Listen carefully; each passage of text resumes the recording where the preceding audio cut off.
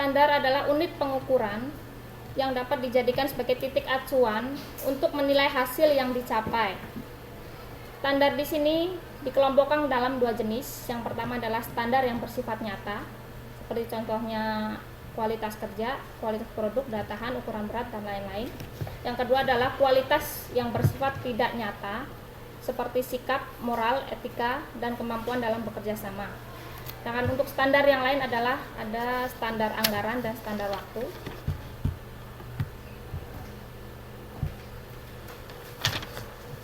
Untuk poin selanjutnya adalah merancang sistem pengawasan, di mana dalam merancang sistem pengawasan dibagi menjadi dua, yaitu prestasi bidang kunci dan titik pengendalian strategi. Untuk prestasi bidang kunci merupakan aspek-aspek yang penting yang harus berfungsi efektif agar unit kerja atau keseluruhan organisasi dapat mencapai sukses seperti yang diharapkan. Yang kedua adalah mengidentifikasi titik-titik pengawasan strategi, di mana di atas itu ada suatu bagan yang di bawahnya menjelaskan tentang departemen produksi. Itu adalah untuk merancang sistem pengawasan menurut bagian-bagian departemennya. Ada departemen produksi, ada departemen pemasaran, SDM, dan keuangan.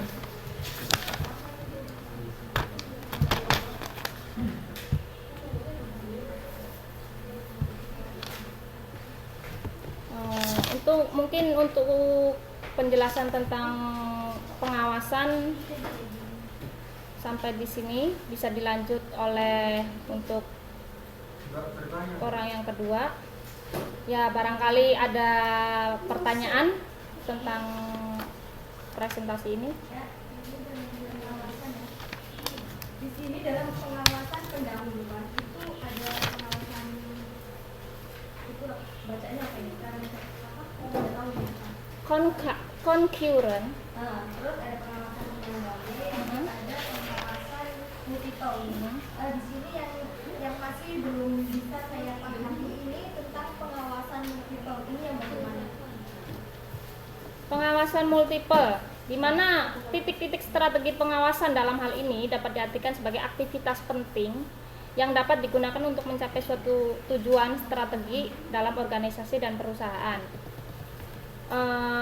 Sistem pengawasan multiple ini menjadi sebuah proses yang kompleks. Setiap bagian dari sistem pengawasan memegang peranan yang penting, atau setiap bagian itu memegang peranan yang sama lah ya, yang penting, yang bisa mempengaruhi pengawasan. Karena sistem multiple ini dirancang untuk mengantisipasi masalah yang muncul dalam pengawasan pendahuluan, pengawasan pengawasan pada pelaksanaan kegiatan dan pelaksanaan umpan balik, gitu maksud saya. Seperti hanya pengawasan juga sangat penting dilakukan untuk memperoleh informasi yang akurat agar kinerja suatu organisasi atau perusahaan bisa tercapai. Untuk maksud saya agar kinerja suatu organisasi dan perusahaan bisa memperoleh informasi yang lengkap untuk mencapai suatu tujuan yang diharapkan. Paham atas penjelasan saya? Soalnya saya baca ini juga mungkin saya menambahkan Mbak, multiple itu mungkin pengawasan yang double gitu, satu mengawaskan kerja, mungkin yang satu ngawasin kemungkinan adanya masalah gitu, pengawasan multiple. Mungkin saya bisa menambahkan sedikit multiple contohnya ya, supaya kita untuk pengawasan proses produksi ya. Nah, untuk pengawasan produksi itu bahan yang kita gunakan seperti apa, baik atau enggak, kualitasnya bagaimana. Terus dalam proses produksi kita, apakah kita mengalami masa pemborosan apa tidak gitu. Jadi untuk multiple kita langsung ke titik-titik tertentu gitu. Masalah untuk umpamanya bahan yang kita gunakan terlalu baik, cuma untuk penjualannya mungkin kita mahal kan, pasti konsumen juga ada komplain kan. Jadi gimana caranya kita bisa menekan biaya itu biar nggak boros, cuma kita juga menghasilkan produk yang baik. pemborosan kan ada yang bermacam-macam kan, banyak ada di sini pemborosan, ada waiting, overorderization, juga transportasi, pokoknya banyak ya. Untuk mungkin itu termasuk di apa? Contoh Iya, contoh dari pengawasan. dari pengawasan kayak gitu. Jadi saat di masalah kita untuk di keuangan atau untuk proses produksi atau gimana kayak gitu. Jadi kita langsung ke titik tertentu dalam proses pengawasan. Oke, saya tambahin. Jadi itu pengawasan multiple itu maksudnya itu seperti contohnya kayak McD atau Pizza Domino. Semua tahu kan? Itu kan asalnya kan bukan dari asal Indonesia ataupun Taiwan. Itu kan asalnya dari Amerika. Nah, inputnya itu kan dari masing-masing lokasi per negara. Tapi tetap aja kontrolnya itu ada di Amerika. Dia akan mengontrol, mengawasi setiap order yang ada di seluruh dunia. Itu untuk secara multiple internasional. Sedangkan untuk multiple yang namanya di negara itu dia di pengadaan input sampai dengan hasilnya bagaimana, kemudian apakah hasilnya itu sesuai dengan standar, karena kan ada yang namanya standar untuk kualitas produk yang bagus apa tidak. Jadi Mbak Isna paham? Ya. Jadi intinya seperti itu multiple. Jadi mulai dari awal sampai itu diterima konsumen itu kembali lagi ke atas. Jadi setelah konsumen menerima produk itu akan tetap ada pengawasan. Apakah konsumen ada komplain? Kalau konsumen ada komplain itu kembali lagi ke manajer. Nanti akan ada pengawasan. Jadi itu tetap berputar berantai. Bisa dilanjutkan? Bisa dilanjut. Untuk presentasi kedua diganti Mbak biar langsung aja Selain lanjut. Selain Mbak Suci, yang kelompok 2. Lanjut.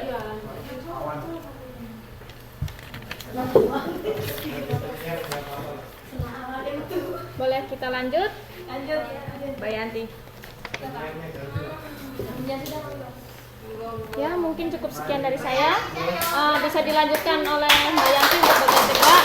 Akhir kata, wassalamualaikum warahmatullahi wabarakatuh.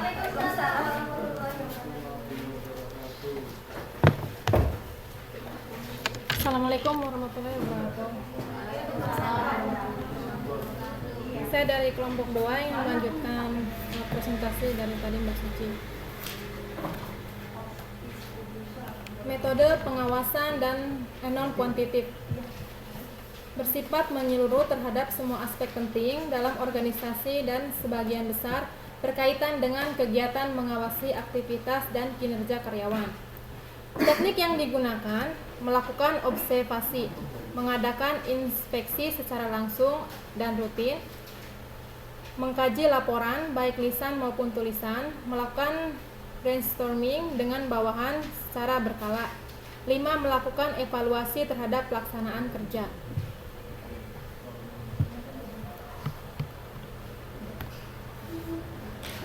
1. Manajemen by Objective MBO. Penetapan tujuan secara bersama-sama antara manajer dengan bawahan. Perumusan secara jelas tanggung jawab utama setiap individu dalam bentuk sasaran yang harus dicapai dan penggunaan ukuran tersebut pedoman pengoperasian unit kerja ataupun individu. 2. Manajemen by Expansion MBA. Manajer memfokuskan diri pada bidang pengawasan yang paling kritis dan strategis dan menyerahkan urusan rutin dan tidak strategis kepada karyawan atau manajer yang lebih rendah. 3. Manajemen Information System MIS. Sistem informasi manajemen SIM memegang peranan penting dalam pelaksanaan fungsi-fungsi manajemen, terutama perencanaan dan pengawasan. 4. Audit kualitas, audit mutu. Audit kegiatan mengumpulkan berbagai informasi faktual dan relevan melalui interaksi secara sistematis, objektif dan terdokumentasi yang berorientasi pada asas manfaat. Kualitas yaitu kesesuaian terhadap kebutuhan, persyaratan, harapan, dan prestasi pelanggan. Manajemen kualitas secara total TQM mencakup productivity, quality, course delivery, safety and morale. 10 prinsip menerapkan manajemen mutu berhasil. 1. Tetapkan prinsip plan, do, check, action atau PDCA. 2. Kendalikan aktivitas sejak awal. 3. Jangan menyalahkan orang lain. 4. Bertindak berdasarkan prinsip prioritas. 5. Proses berikutnya adalah pelanggan. 6. Setiap tindakan perbaikan diikuti pencegahan. 7. Bicaralah berdasarkan fakta. 8. Perbaikan diawali dengan penetapan sasaran. 9. Market in concept. 10. Mencatat, membuat prosedur, dan menetapkan standar. Metode pengawasan kuantitatif yaitu memerlukan data khusus dan menggunakan metode kuantitatif untuk mengolah data tersebut sehingga dapat digunakan sebagai alat bantu dalam pengawasan. 1. Anggaran yaitu informasi atau laporan kuantitatif resmi tentang sumber daya yang disahkan untuk melakukan kegiatan yang telah direncanakan selama jangka waktu tertentu. 2. Audit keuangan eksternal dilakukan oleh auditor independen dari luar, melakukan verifikasi bahwa organisasi tersebut dalam menyusun laporan keuangan sudah mengikuti prinsip akuntansi yang telah ditetapkan. Internal dilakukan oleh anggota organisasi sendiri, memberikan jaminan bahwa aset perusahaan telah dikelola dengan baik. 3. Analisa break evens, menggambarkan kondisi di mana perusahaan dalam keadaan imas. Mbak coba nulisnya kayak gini.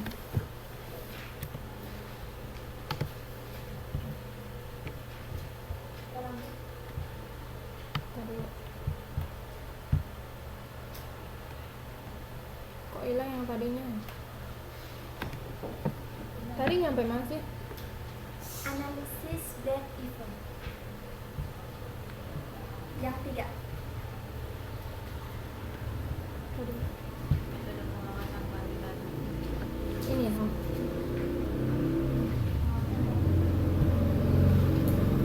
Memberikan pengukuran yang objektif untuk mengevaluasi kinerja organisasi.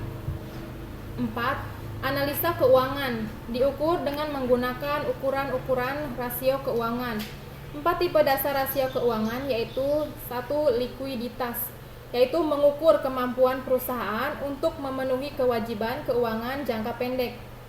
Yang kedua itu leverage, mengukur kemampuan perusahaan untuk memenuhi kewajiban jangka panjang. 3. Aktivitas yaitu mengukur efektivitas perusahaan dalam menggunakan sumber dayanya. Yang keempat, profitabilitas, mengukur efektivitas perusahaan dalam meraih laba. 5. Balance scorecard, mempunyai keistimewaan dalam hal cakupan pengukurannya yang komprehensif selain mempertimbangkan kinerja keuangan, memasukkan kinerja non-keuangan.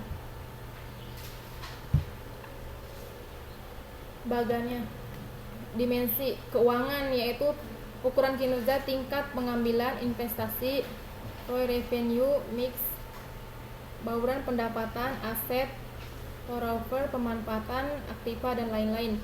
Yang 2. Pelanggan, pangsa pasar, tingkat perolehan pelanggan baru, kecepatan waktu layanan pelanggan, tingkat kepuasan pelanggan, dan lain-lain. Yang ketiga, proses bisnis intern, inovasi, efektivitas, dan efisien operasi layanan purna jual.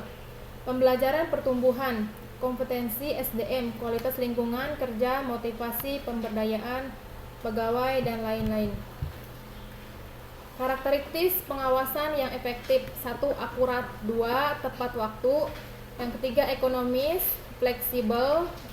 5. Objektif dan bisa dipahami. 6. Kriteria yang masuk akal. 7. Penempatan strategis.